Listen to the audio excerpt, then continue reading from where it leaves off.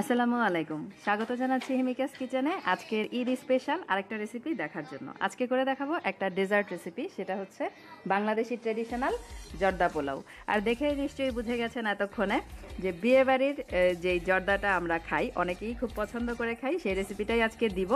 তো আমার তো খুবই পছন্দ, তো যাদের পছন্দ তারা এখন বিয়েবাড়ির অপেক্ষায় না থেকে খুব সহজেই বাসাতেই তৈরি করে ফেলতে পারবেন।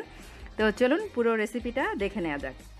তো আজকে জর্দা পোলাও করার জন্য আমি 1.5 কাপ পরিমাণ চাল নিয়েছি। চিনি গুঁড়া পোলাওয়ের চাল, মেজারমেন্ট কাপের 1.5 কাপ পরিমাণ চাল এখানে আছে।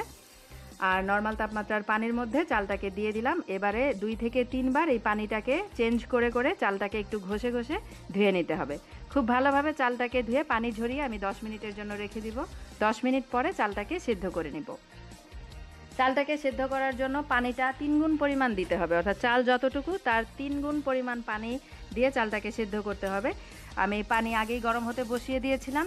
পানিটা হালকা একটু গরম হয়ে যাওয়ার পরে এতে পাউডার যে জর্দার রঙটা পাওয়া যায়, 1/2 চা চামচ পরিমাণ জর্দার রং 1 টেবিল চামচ পরিমাণ পানিতে গুলে দিয়ে দিয়েছিলাম। তো মনে হলো কালারটা হালকা, তাই আরও 1/2 চা চামচ পাউডার রং আমি পানিতে গুলে দিয়ে দিলাম। টোটাল 1 চা চামচ পাউডার রংটা আমি 2 টেবিল চামচ পরিমাণ পানিতে গুলে তারপরে ব্যবহার করছি পারফেক্ট জর্দার কালারটা পাওয়ার জন্য। এবারে চালগুলোকে দিয়ে দিচ্ছি। পানিটা কিন্তু হালকা গরম আছে, চুলার আঁচটা এখন বাড়িয়ে দিব আর পানিটাতে বলক ফুটে ওঠা পর্যন্ত অপেক্ষা করব। সুন্দরভাবে নেড়ে নিচ্ছি।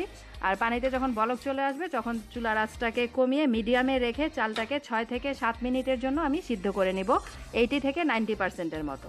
আমি চেক করে নিয়েছিলাম, ভিতরে একটা যখন সাদা দানার মতো থাকবে তখনই চালটাকে চুলা থেকে নামিয়ে ফেলতে হবে আর একটা স্ট্রেনারে ঢেলে নিতে হবে। আমি ঝরঝরে জর্দা পোলাও করার জন্য এই চালগুলোকে এখন নুডলসের মতো করে কলেরটাকে ছেড়ে নর্মাল তাপমাত্রার পানি দিয়ে ধুয়ে তারপরে একটা পাশে রেখে দিব। পানি দিয়ে ধুয়ে নিলে যেটা হয়, চালটা রান্নার পরে খুব ঝরঝরে হয়, নরম হয়ে যাওয়ার আর সম্ভাবনা থাকে না। এবারে একটা ফ্রাই প্যানে আমি মেজারমেন্ট কাপের 1/2 কাপ পরিমাণ ঘি দিয়ে দিলাম। ঘি দিয়ে করলে এর স্বাদ এবং ফ্লেভার দুটোই অনেক ভালো আসে জর্দার। আপনারা চাইলে তেল অথবা ঘি দুটো মিক্স করেও কিন্তু রান্নাটা করতে পারেন। এবারে দিয়ে দিচ্ছি ছোট 2 স্টিক দারুচিনি, 3-4টা সবুজ এলাচি আর 4-5টা লবঙ্গ। আর দিয়ে দিচ্ছি 8 থেকে 10টা কাজু বাদাম ছোট ছোট টুকরা করে দিয়ে দিলাম। নিজেদের পছন্দ অনুযায়ী এখানে কাঠবাদাম বা পেস্তা বাদামটাও ব্যবহার করা যাবে।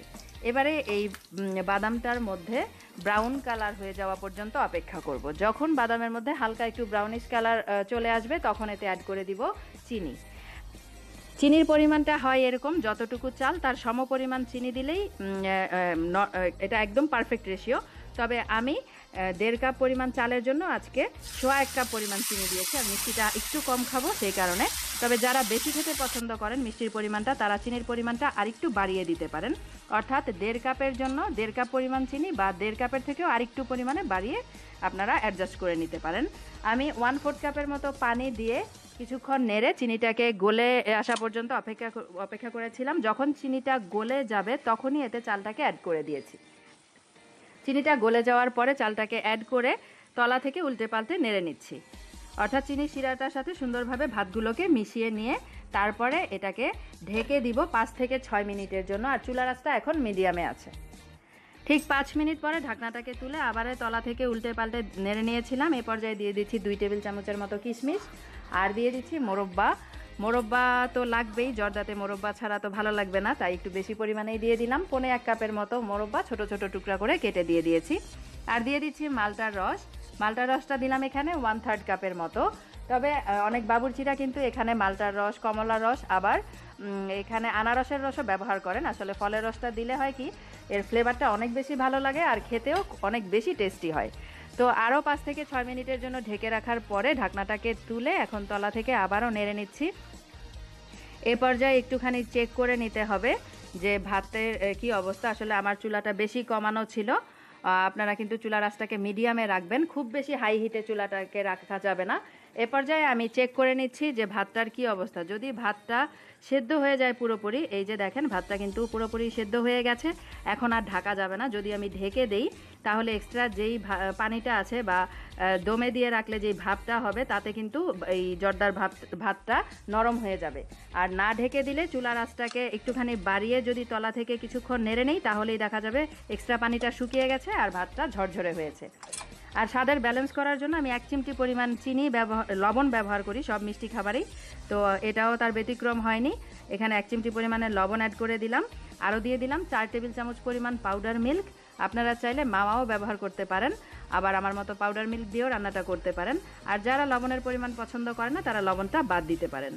এবারে তলা থেকে খুব সুন্দরভাবে আরও 5 মিনিটের জন্য আমি উল্টে পাল্টে নেড়ে দিয়েছিলাম। আলতো হাতে নেড়ে নিতে হবে। আমি ফাস্ট মোডে দেখিয়েছি, তাই কিন্তু খুব দ্রুতই দেখিয়েছি নাড়ানোটা। আসলে এটা খুব আলতো হাতেই তলা থেকে উল্টে পাল্টে নেড়ে নিতে হবে, না হলে ভাতগুলো ভেঙে যাবে। এই তো আমার জর্দা রান্নাটা হয়ে গেছে। আমি চুলা থেকে নামিয়ে একটা সার্ভিং ডিশে তুলে নিচ্ছি, দেখতেই পাচ্ছেন। আর এটা ঠান্ডা হয়ে যাওয়ার পরে কিন্তু আরও ঝরঝরে হবে আর খেতে অসাধারণ মজার। আর আমি এখানে কেওড়া জল বা গোলাপ জল দিতে একদমই ভুলে গিয়েছিলাম, তাই দেয়া হয়নি। আপনারা কিন্তু হাফ চা চামচের মতো কেওড়া জল বা গোলাপ জল জর্দাটা নামানোর আগে তারপরে দিয়ে চুলার উল্টে পাল্টে নেড়ে মিশিয়ে নামিয়ে ফেলবেন। আর সার্ভ করার সময় যে গরম মশলাগুলো আছে সেগুলো তুলে ফেলে তারপরে সার্ভ করবেন। আমি উপর থেকে একটু আনার দানা দিয়ে দিচ্ছি দেখার সৌন্দর্যের জন্য, আর খেতেও বেশ ভালো লাগে। আপনারা চাইলে আঙ্গুর এখানে ছোট ছোট চিকন করে কেটেও ব্যবহার করতে পারেন, আবার চাইলে নাও দিতে পারেন, আবার আমার মতো এরকম আনার দানা দিয়েও পরিবেশন করতে পারেন। আর কিছু বেবি সুইট দিয়ে উপর থেকে সাজিয়ে দিচ্ছি। এই বেবি সুইটটা আসলে আমার বাজার থেকে কেনা, তো এই রেসিপিটাও আমি কখনো শেয়ার করব। আসলে আমি সময়ের স্বল্পতার জন্য রেসিপিটা করতে পারিনি বা নিজেও তৈরি করতে পারিনি, তাই কিনাটাই ব্যবহার করছি। তো দেখলেনই তো কত সহজেই তৈরি করে ফেললাম বিয়েবাড়ির স্বাদে মজাদার জর্দা পোলাও। আর প্রিয় দর্শক, আমার চ্যানেলে কিন্তু মুতানজান জর্দার আরেকটা রেসিপি বাসমতি চাল দিয়ে তৈরি আছে। সেই রেসিপিটাও লিঙ্কটাও ডিসক্রিপশন বক্সে আমি দিয়ে দিব, আপনারা প্রয়োজনে চেক করে নিতে পারবেন। আর পছন্দ মতো যেটা ইচ্ছা সেটাই আসছে ঈদে তৈরি করে ফেলতে পারবেন। এই তো হয়ে গেল আমার আজকের রেসিপি জর্দা পোলাও। আজকে তবে এখানেই বিদায় নিয়ে নিচ্ছি। সবাই ভালো থাকবেন। আল্লাহ হাফেজ।